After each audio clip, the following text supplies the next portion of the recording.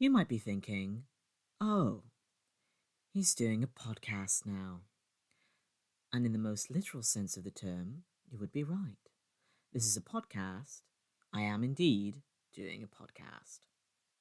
With that said, you're not going to get from this what I would consider a more developed podcast concept.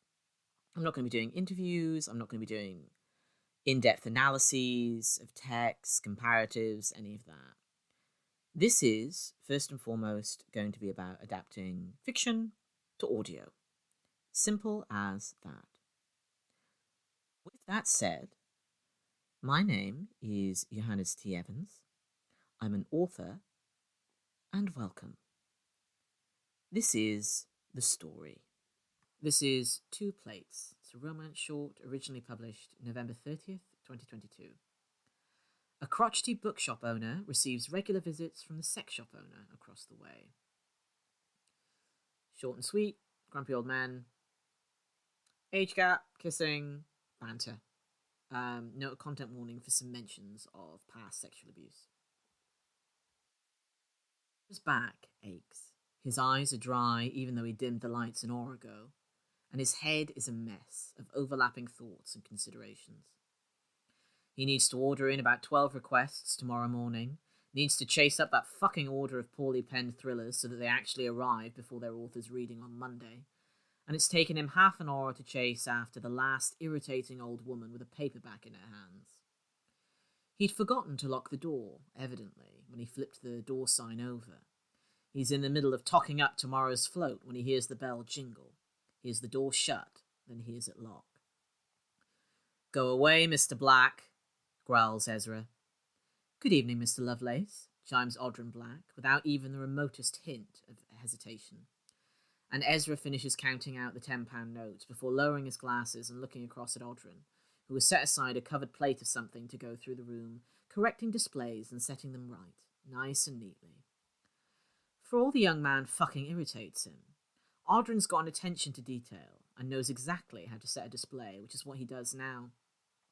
He does have book displays in his shop, after all. The vast majority of them are for silicon cocks and straps and leatherware and what have you, but he does have books on display, Ezra knows. He's never actually been in the horrible little cave, but he's seen through the door, caught a glimpse of a neatly arranged display of books beside the various DVDs on the other two shelves.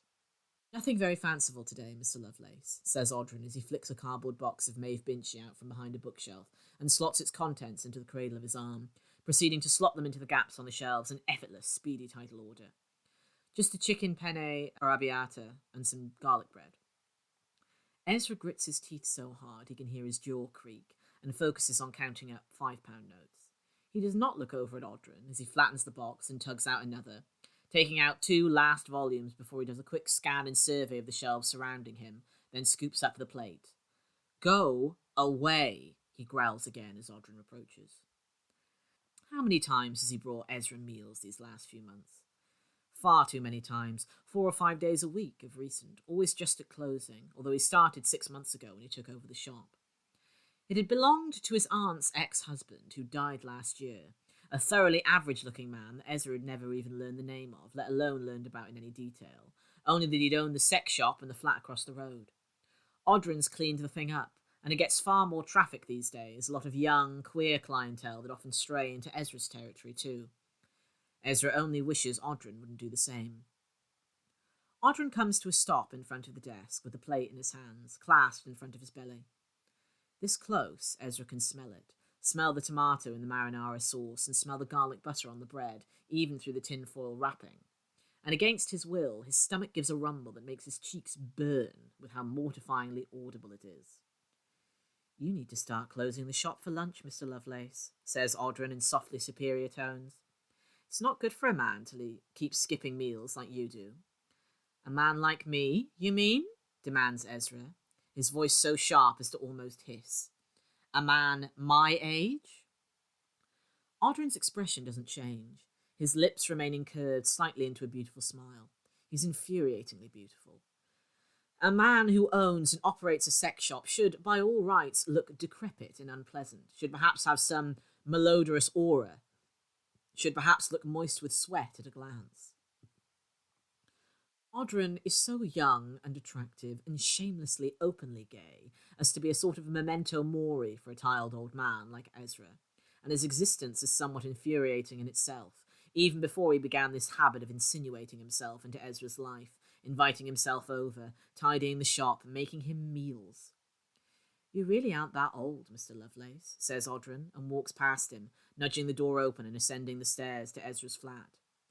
"And for a man of 49, he calls down behind him, you really look quite well." "I'm 48, Ezra snaps back, and he sets his jaw when he hears Audryn's laugh echo down the stairwell. An easy, joyful sound just before the door clicks shut. "For pity's sake," he mutters, finishing up the float and setting it down. Then he takes up the tray of the day's earnings and follows Audryn up the stairs, walking past him to his office and going for the safe. He can hear Audryn moving about in the kitchen, hear him taking out a knife and fork and a plate, it sounds like, probably to put the garlic bread on.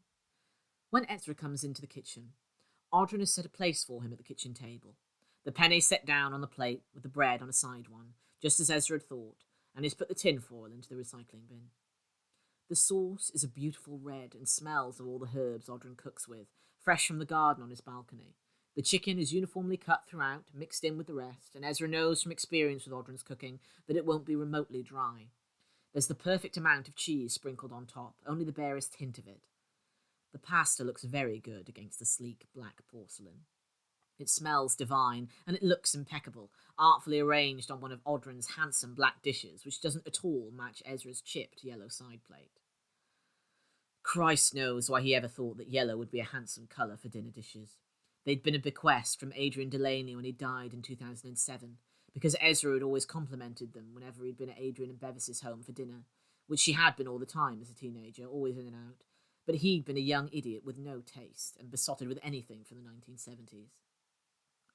There are photos of the two of them up on the wall, Adrian and Bevis, and sometimes of recent he finds himself standing in front of them and just staring at them, remembering dinners with the two of them, watching the two of them laugh together, wash the dishes, the easy companionship they'd had when they moved back and forth, how they'd looked as if they were dancing no matter what they did.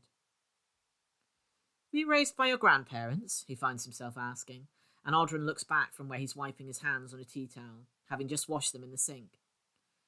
"That your theory?" asks Audryn, looking amused at the prospect.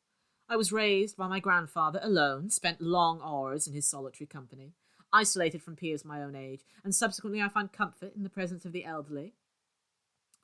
"Were you?" asks Ezra, choosing not to point out that 48 is not, in any sense of the word, yet elderly. "No," says Audryn plainly, folding the tea towel and setting it aside. He turns to look at Ezra with his arms crossed over his chest, and Ezra looks at what he's wearing, a pressed floral shirt under a surprisingly fashionable cardigan, a pair of jeans so tight they might as well have been painted on.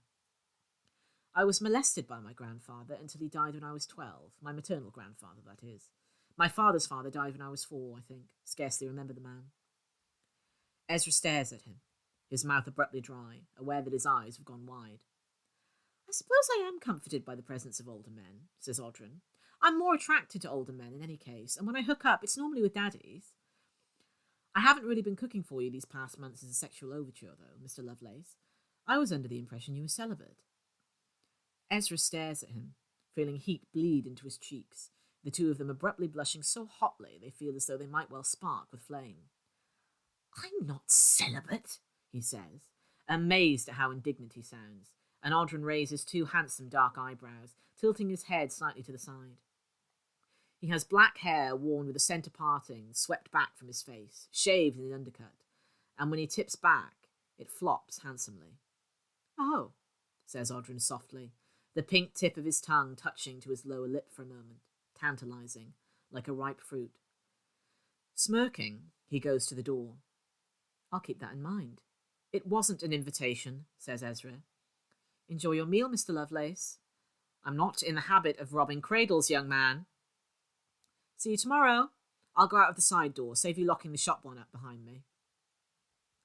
And then he's gone, with no more word about it, and Ezra, infuriated and defeated, sits down at the table to eat.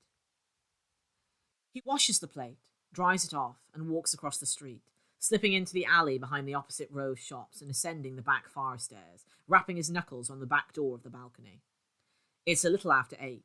Ezra's auras have always been 11 to 7, because he's never believed in getting up before 9, and Audrin answers the door still dressed, but wearing slippers instead of shoes, a blanket wrapped around his shoulders, and one of his cats, a sort of toasted marshmallow creature named Pachinko, is wrapped around his neck. She's purring audibly, and she gives Ezra a slow, affectionate blink. Who is Pachinko? He asks, because the words thank you die on his tongue. Is she a character in something? Pachinko's a game, Mr. Lovelace, says Audrin. It's a gambling game, sort of like bagatelle crossed with a pinball machine. Oh, says Ezra, looking through the balcony window to Gallagher, a great beast of a silken black cat, who's sleeping sprawled in one of Audrin's armchairs, all 4 of her paws in the air. Gallagher isn't a character either. I thought they were comic book characters or something like that. Gallagher's a game too, the young man murmurs, reaching up and scratching Pachinko's head. You shoot at alien spaceships. Right, Ezra mutters. Well, I'll just... Would you like to come in? Asks Audrin before he can say his goodbye. He does this from time to time, invites Ezra in, and Ezra wonders how it might look, going in only after the occasion where Audrin's revealed he has sex with older men, that Ezra is his type, so to speak. He didn't say that, of course. Ezra's being in an age range hardly means... I'll put some more cocoa on, says Audrin, stepping back and holding open the door. Come. Ezra steps inside. Gallagher's head shoots up as the door clicks closed, and she pounces up from her place on the sofa and rockets toward him, shoving herself between Ezra's ankles and weaving between them, making him laugh and stumble. You used to have cats, right? Asks Audrin as he takes milk out of the fridge. You have pictures up on the walls. None of them were mine, says Ezra. The big Persians, they were all Adrian Delaney and Bevis Modes. One of the ginger ones belonged to Catherine Brighton, another to Del Smythe. The big white one with blue eyes, her name was Pashmina. She was deaf. She belonged to a woman called Florence. Audrin is silent for a few minutes as he sets the pot on the hob, flicking on the heat beneath it before he starts to chop up squares of chocolate with a large knife, casually, as though that's what the chopping board is ordinarily used for.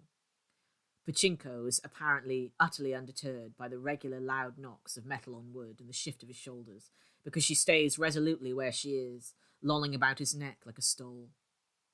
All your old friends, says Audrin quietly. Most of the photos are older in any case. AIDS?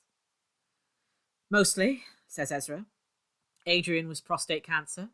He and Bevis, they all but appointed for themselves my fathers. Mine threw me out when I was 15. Ha, says Audrin, a faint smile tugging at his lips. Mine too. That's why you thought You thought I was celibate. I've never seen you out, never seen you on Grindr, says Audrin. Never seen you with a man. A dry spell, that's all, murmurs Ezra, trying to inject a bit of humour into his voice, although it's been so long he hardly remembers how. A part of him, an irritatingly chipper part of him that he's spent a long time attempting to silence, points out that he ought to be grateful that this young man is so intent on socialising with him, putting himself in Ezra's life. Going on 5 years now. Your poor cock, says Audrin. I expect if you get an erection, it sputters out dust like a disused set of bellows. Ezra's laugh takes him by such surprise that it starts him coughing, and Audrin sounds far too pleased with himself as he laughs as well, taking the chopping board over to the pot and sweeping the chips of chocolate directly inside. You don't have to fuck me, you know, says Audrin, and Ezra stands in the kitchen doorway, watching the lines of his back under his jumper, even obscured as it is by the underside of Pachinko's thick coat. I'd really rather you not do so out of sympathy. I frequently tell you I don't want you cooking for me out of sympathy. We both live alone, says Audrin, and I'm terrible for actually eating my leftovers. It's nice to make a plate for 2 if I'm cooking anyway, and you'll go without a proper meal otherwise. That's not sympathy. It's practicality.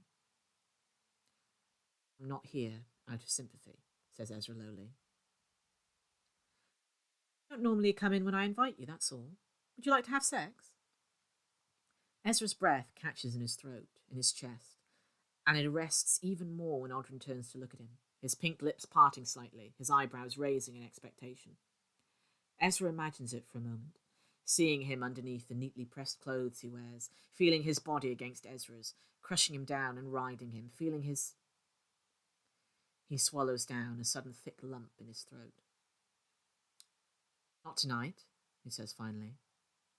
All right, says Audrin, as casually as if Ezra had turned down the offer of a biscuit, and he stirs the cocoa, reaching for a container of some sort of spice and tipping a little of it into the mix, which is swirling creamy brown and white as the chocolate melts.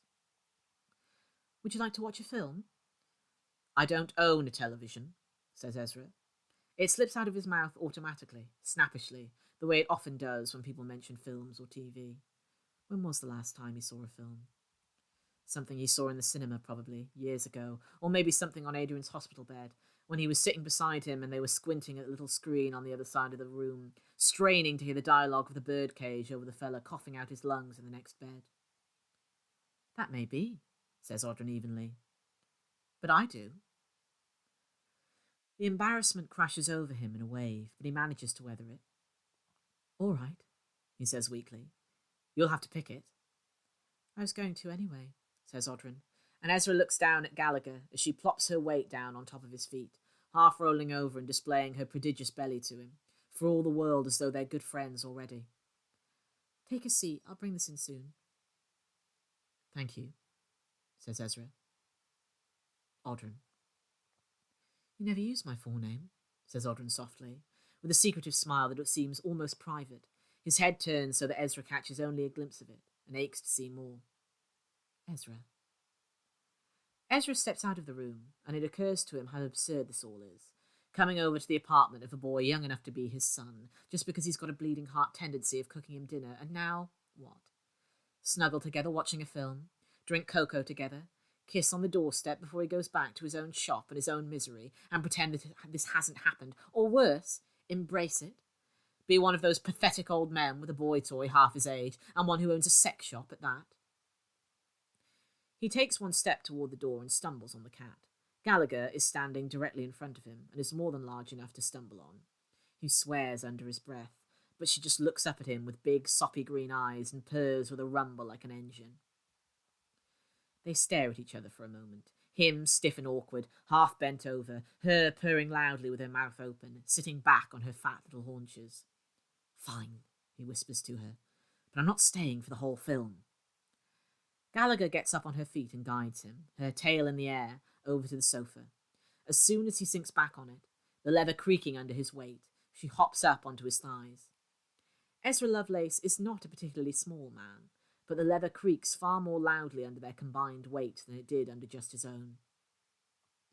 Heavy little girl, aren't you? He asks her, but he reaches under her chin and scratches her there nonetheless, and he laughs breathlessly at her weight in his lap, at the way her whole body vibrates with her purrs. His eyes threaten to water for a moment, but don't quite. He finally goes home, 2 rom-coms later. Audrin kisses him at the door before he can protest, and Ezra loses himself in the heady haze of it, finds himself pinning the young man against the wall and kissing him properly. It must be 10 or 15 minutes of this ridiculous, immature behaviour before he finally tears himself away and hurries home. Audrin all but moans Ezra's name after him as he departs, and the sound plagues Ezra in his dreams so much so that come morning he finds himself cooking breakfast for 2, setting it out on 2 chipped yellow plates.